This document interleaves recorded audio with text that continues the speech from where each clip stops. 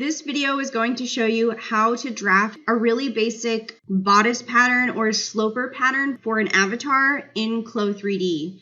This is an example of what we're going to end up with when we're finished doing all the work. If you would like to download the file that I have open right now, you can go to the links below and download a practice file. But for the purpose of the tutorial, I'm going to start with an empty workspace. So I'm going to use the avatars that we have in our default library. I'm going to go to the avatar folder and go to female v2. I will choose Fifi. And then I will go into the size file and pull in one of the ASTM sizes. I'm going to pull in the curvy 14. Next, you can zero in on the silhouette in your 2D window.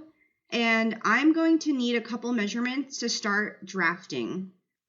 You can get these measurements by going to the avatar display menu and turning on show avatar measurements. This will show you all the areas that are already marked out on the avatar. And to actually see what they measure, you can expand your 3D toolbar and find this set of tools: edit measurement, basic circumference measurement, and basic tape measure. The edit version, edit measurement, will let you left click on that line and see what the measurement is. I'm going to start by measuring the widest area of my body, which is the bust. So that's 40.37 inches.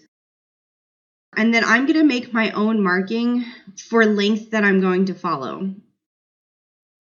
The basic tape measure tool will let you draw straight lines. So I can go here to my shoulder, click once, and then when I get to a location where I'd like to finish, double click to end. I can click once to start, and if you hold shift as you're moving, it will give you a grid to move along. I'm left clicking as I move to anchor some points of my line so it doesn't wobble around. If you don't anchor it, it can deviate off the gridded area. You can see that kind of happened there. So I'm going to keep left clicking.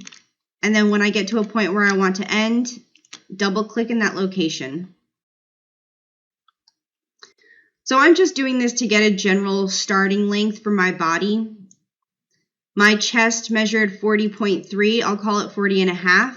And then the length I have is around 26. So I have 40.3 inches for my chest circumference. I'm going to add 2 inches of ease, and I'm going to round up so I can work with slightly more even measurements. So at 40.37, I'm going to make it 40.5. I'm going to add 2 inches of ease, so then that's going to be 42.5. But I'm going to work on a quarter size for development. So I'm going to take that 42.5 and then divide that in 4. So for me, that's 10 5/8. And to just work with even numbers for myself, I'm going to round that up to 10 3/4. So first I'm going to grab the rectangle tool, and I want to left click once to get the create rectangle box up so I can make a rectangle that's 10.75. I'm going to go with 25 inches high. That's coming from this length that I marked out. I'm going to just go a tiny bit shorter and hit OK to place that rectangle down. Okay, then I'll take this and just shimmy it down here. So I am working in front of my avatar.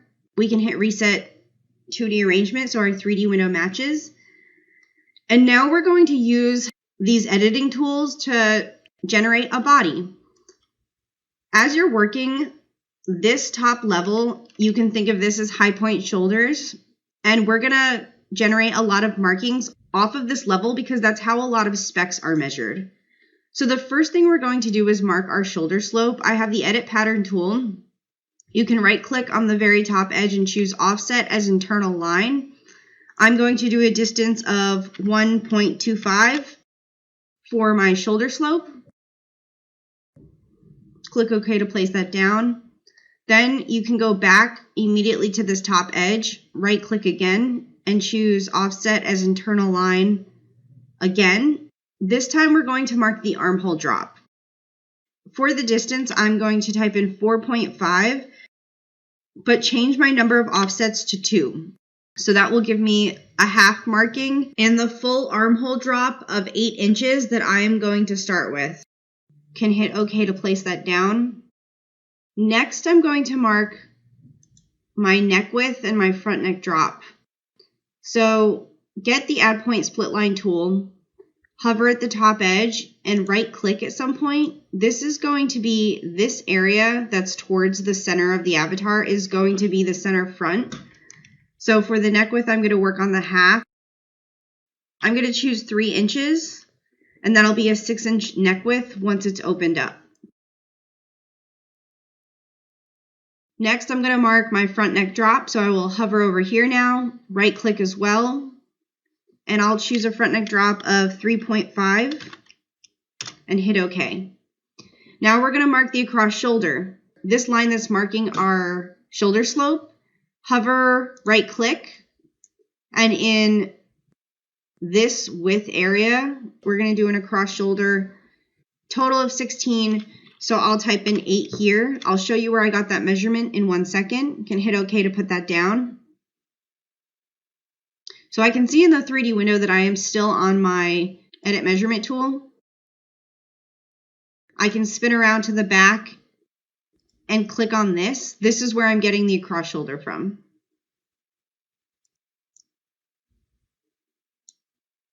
All right, now Add Point Split Line tool, we're going to mark the across front placement. Now you can hover and right click, and here I'm going to type in 7 inches. So I'll do 8 inches for the across shoulder. I'm going to do 7 inches for the across front, and then 7.5 for the across back. So after I place that point down, I immediately right click on the right side of it and place that new point a ½ inch away from there. That'll give me the total of 7.5. Next thing I like to do is give myself a little squared off marking right here. So using internal polygon, I'm going to draw a straight line from here to that lowest marking. And then now with the same internal polygon tool, I'm going to start where I marked my front neck drop, click there, then click at high point shoulder, click at the across shoulder marking, and then bring this down to the lowest marked line, double click to end. Then I'm going to switch to the edit curve point tool and scoop out my front neck line and my armhole. You can usually get a really decent shape with only 1 or 2 curve points, maybe 3. I'll go in here with a little bit extra. Make sure that's squared off. Same thing here. I can put one very, very close to the front neckline and make sure it's squared off. And then I'll only need a couple in between here.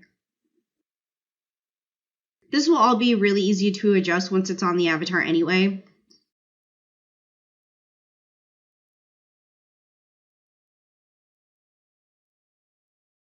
So now I need internal polygon, and I'm going to draw a line here and here for my back neck and my back armhole. Also then go back to the edit curve point after you've drawn them and shape this out as well.